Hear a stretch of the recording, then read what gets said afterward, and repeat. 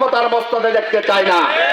আমরা ঘুষ মুক্ত, চাঁদা মুক্ত, সন্ত্রাস মুক্ত, ন্যায় বিচার, ইনসাফ ভিত্তিক একটা রাষ্ট্র আমরা বিনির্মাণ করার জন্য আমরা চেষ্টা করে যাচ্ছি। আপনাদের কাছে সহযোগিতা চাই, সাহায্য চাই।